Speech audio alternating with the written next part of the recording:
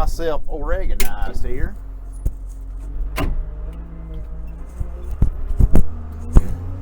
Alright, I don't think I've ever done this before. Ever shared this before with y'all. But this is my nightly ritual. Every night when I get back in with big old Blackie, there goes Scary Larry. Every night when I get in with big old Blackie, before we go home, we got to unload the log truck. And I don't always get it unloaded every night, but most nights I do. Sometimes I get lazy. But what I'm doing is I'm going to the woods and logging all day, and then bringing home a load. Daggone, that's a big old load of red oak.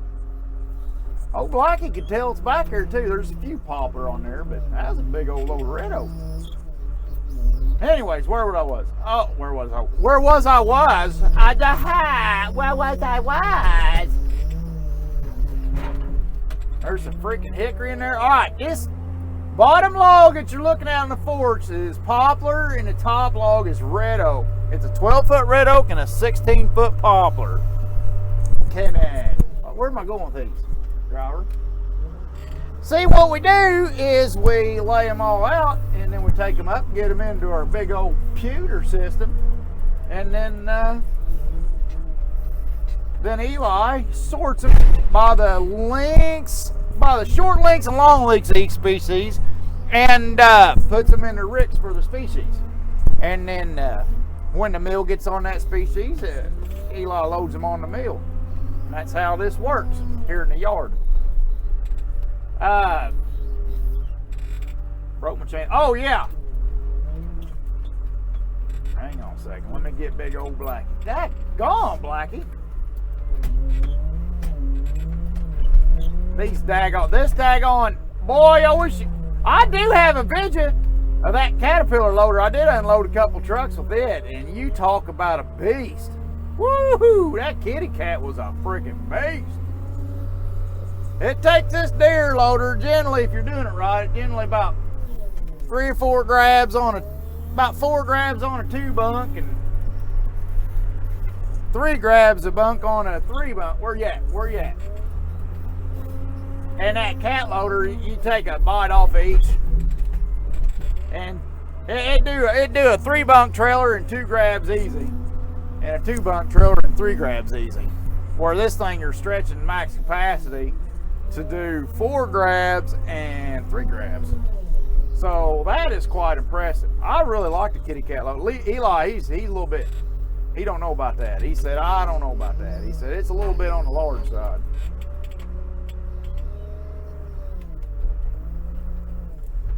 But our buddies down the road, they're using Volvos, that bigger size Volvos, and they like the heck out of them. They're all about them Volvos. And there's a lot of people using Volvos around here, and they all think the world of them. These 4, hey, come on. Oh, John don't want to lift up over that. I got a heavy one here. My butt's coming off the ground. Woo! Oh.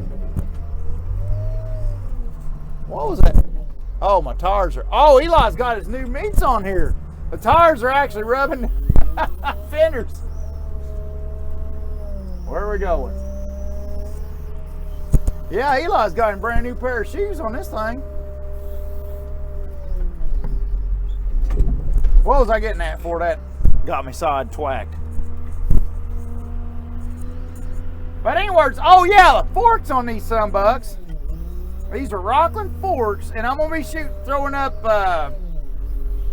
We got these forks have been good forks, but they're well, somewhat good forks. Operate wise, these Rockland combination forks, we love it. I mean, you can see through them good. They're not too heavy on the loader. They feel good and all that good mess. This is a white oak and red oak here. This is almost all oak on this load. Hey, that's enough out of you. Okay, where's that? Oh, so anyways, but these fork frames on these loaders are older than dirt.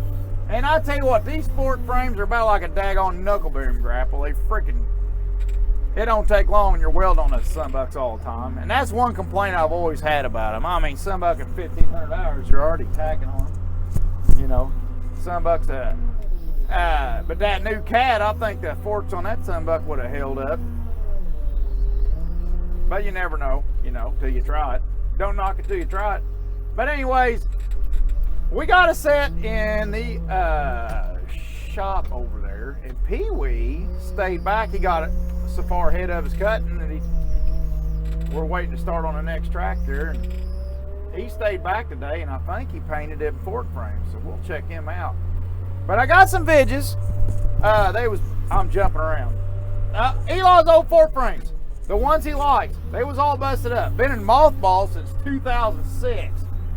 Well, the good frames that Big Mama likes for us all to use, it got busted the other day. Well, before I got the service truck, so it's been busted for a month and a half.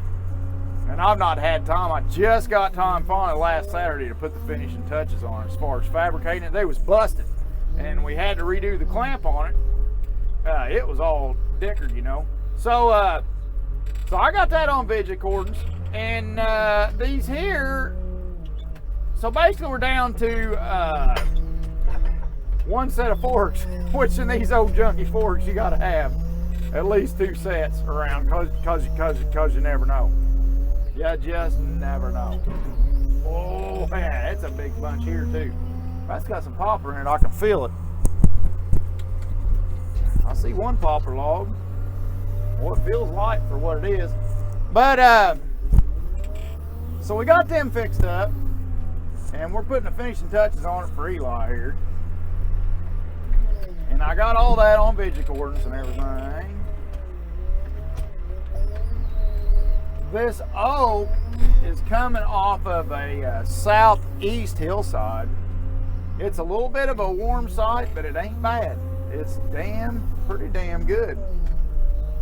We have got a lot of good timber on this job. Now, this job that we're on, I wish I could have shot some Vidget, because the freaking power line debacle, oh my God. That would have been great for Vidges, but I can't, it's illegal to cord in there. I could do it. I could show you, but then I'd have to kill you. No, I couldn't show you. It's actually legal just to cord. They said, you cord anything in here, you're going to get your shit taken away. Look at that. You got to love it. Usually it's just one little bitty log left over. But they come in, we've had a power line truck come off the road. We had a skidder and a daggone bulldozer hook this big old bucket truck, pulling it up over with the power line people.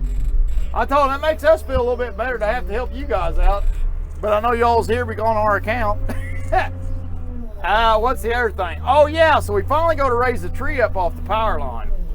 And Dad said, well, hell, take that din down there and get that and pull that off here for him. Well, you know me, I'm just, you know, I'm moving about twice as fast as I can think, which ain't saying much. But I get down there and old boy's like, well, he said, I got all day. I know you don't, but I got all day. So let's take our time. Daggone wires is an inch diameter cables. Them wires, power lines, is about an inch diameter. So I go to pick this top up off of it, and I didn't realize the fact that the lines are going to rise as they're picking it up. So I'm picking this sunbuck up. Did I just stick the forks in the ground? So I'm picking this sunbuck up, and this power lane's raising with the tree. And next thing I know, I'm full stroked out with this din all the way up in the air. And the sunbuck and cables is still on the top. And I'm like, dude, I'm going to have to reposition. This ain't working. About that time, boom, top falls out of the jaws. Splaps back down the power lines, and it goes to whipping. I thought, oh man. You talking about feeling like an idiot. Well, we finally got all, but it would have been great Vidget. But we finally got it all done. Man, if it was just on private ground, that would have been some good cordons. All right, see if y'all recorded. How much did I get? Hey, we're up to 10 minutes. See y'all later on.